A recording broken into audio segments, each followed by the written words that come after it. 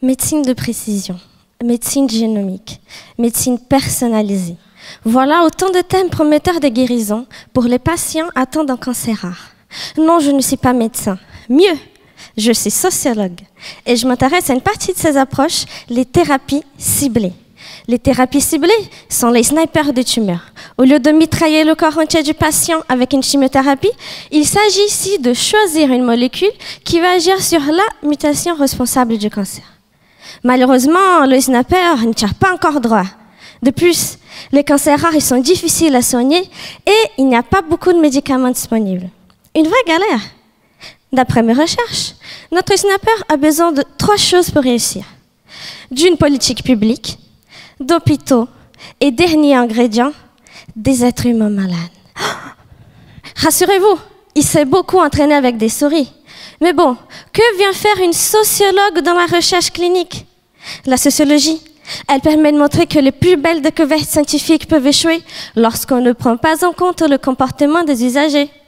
Pour éplucher ma problématique, j'ai interviewé plus de 70 personnes.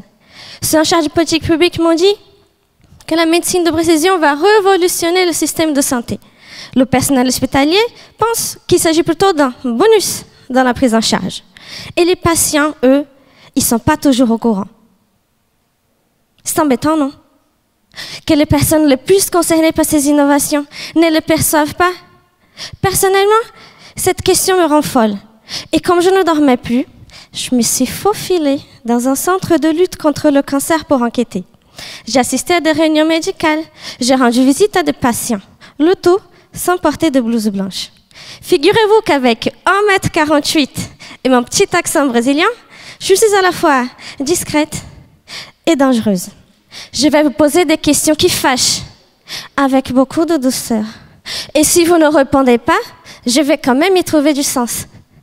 Tout ce travail m'a permis d'expliquer cette invisibilité de l'innovation. Il y a tout d'abord le trop-plein d'informations. Les patients m'ont souvent parlé du sentiment d'être submergés par une masse gigantesque d'informations à retenir sur la maladie. Ensuite, ils sont confrontés au jargon médical, aussi présent dans le document d'information sur les essais cliniques. J'arrive ainsi à l'hypothèse phare de ma thèse. Tenez-vous prêts? Pour exercer pleinement le consentement éclairé, les patients ont très souvent besoin d'avoir une culture scientifique. Le défi est grand. Et moi, bon, je ne suis qu'un petit corps en bonne santé. Ma thèse, elle ne sauve pas des vies. Mais je donne la parole à ceux qui offrent leur vie à la science. Ma thèse est une thèse de sociologie. Merci.